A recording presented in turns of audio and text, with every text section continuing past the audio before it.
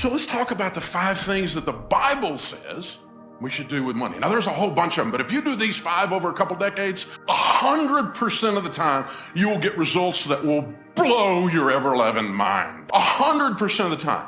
Because let me just tell you, if you plant corn, don't be shocked if corn grows. As ye sow, so shall you reap. If you plant nothing and wait on the government, don't be surprised if you have mud. This is how it works. You are in charge of planting, and this is how we do it. The first thing is you get on a written plan. We call it a budget in the financial world.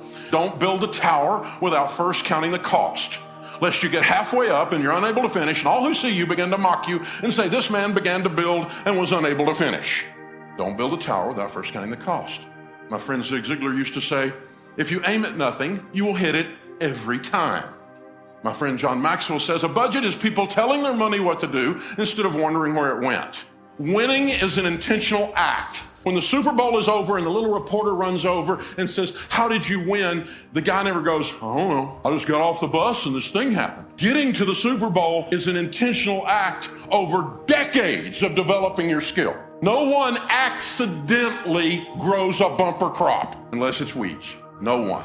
But plant something, control the process, control the controllables, write it down. This is my plan. I'm going to take care of my own household first, and we're going to live this plan out. We're going to do this thing. It changes everything. The second thing is you need to get out of debt. Now, we knew Dave Ramsey was going to say this. That's a fairly predictable thing coming out of my mouth. But here's the deal. The borrower really is slave to the lender. The rich rules over the poor, and the borrower is slave to the lender.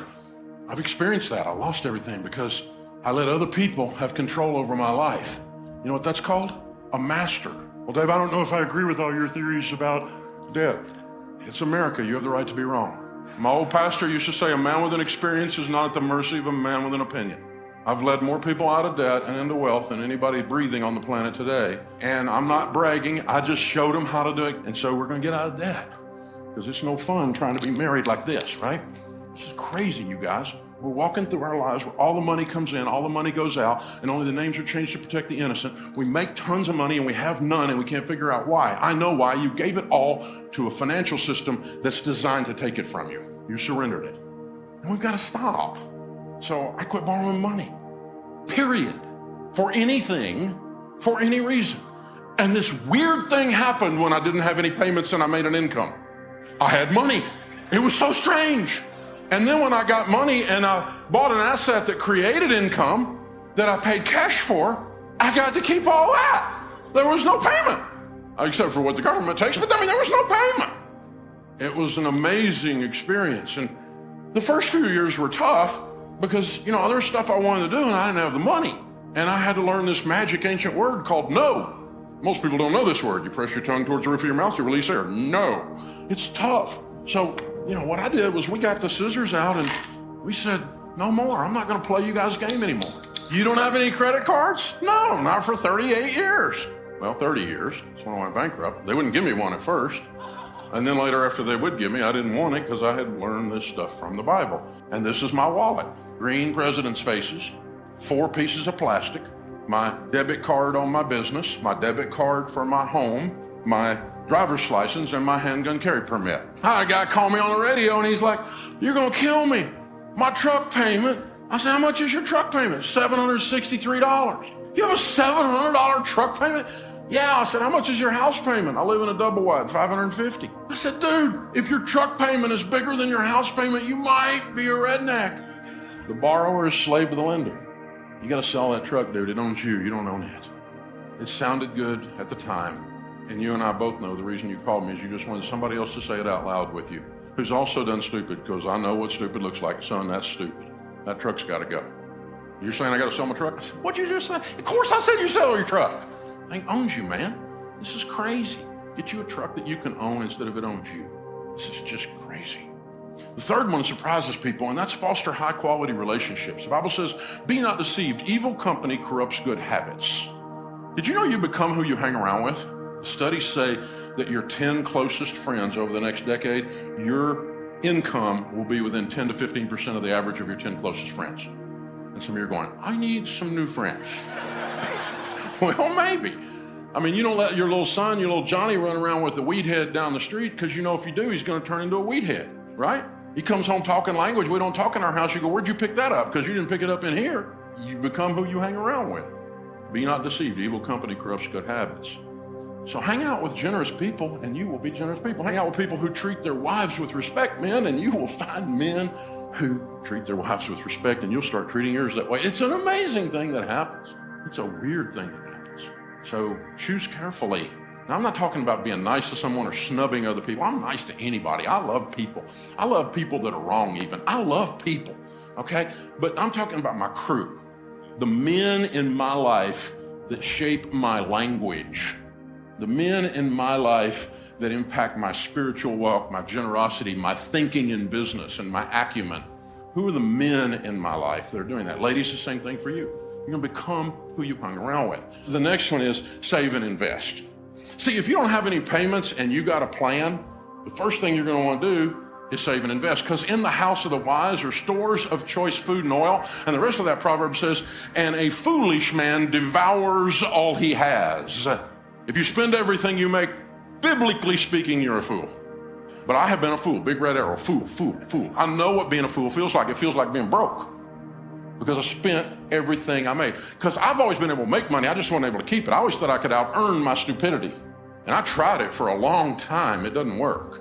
Save and invest. You're saving for an emergency fund first.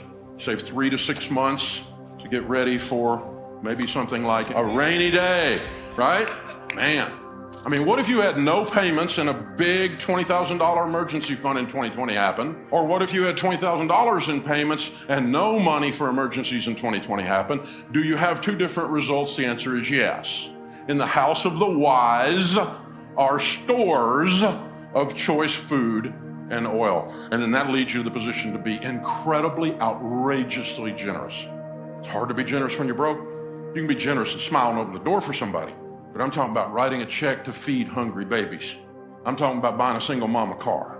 I'm talking about you can reach over and pay somebody who's struggling's light bill through the end of the year. I'm talking about outrageous, even sometimes spontaneous generosity. And you can do that if you're not broke. And if you've got your stuff taken care of at home. If my light bill is paid, I can help somebody. If I'm still fretting over here, I don't even see them. So I want you to try this next time there's a holiday, maybe Easter or Thanksgiving or something like that, and you're driving to grandma's house with the kids. Then you're gonna go have a big feast that day, but on the way, I want you to do something crazy. I want you to stop at the Waffle House.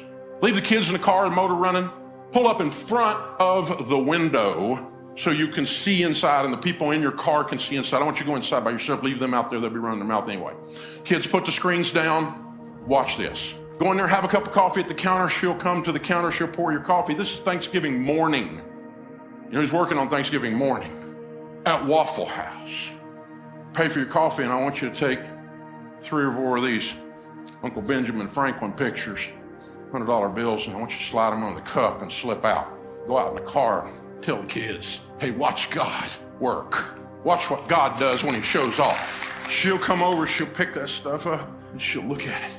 She wonders if it's a trick, because in her life, it's been so long since anything good has happened to her. And then when she realizes it's real, and 100% of the time after she does this, thank you. And then she looks one more time, and she realizes no one's looking, and she has no idea there's a family with a 6-year-old sitting in a van watching her inside, whose dad or mom just pulled this idea off. And the 6-year-old's life is being permanently changed while he watches this. Then she goes into and does a Snoopy dance. Because that's the whole difference in her month. Now, I want you to go spend $300 with your spouse on a really nice night out and enjoy yourself. I want you to learn to enjoy money, but I dare you to have more fun with $300 than that.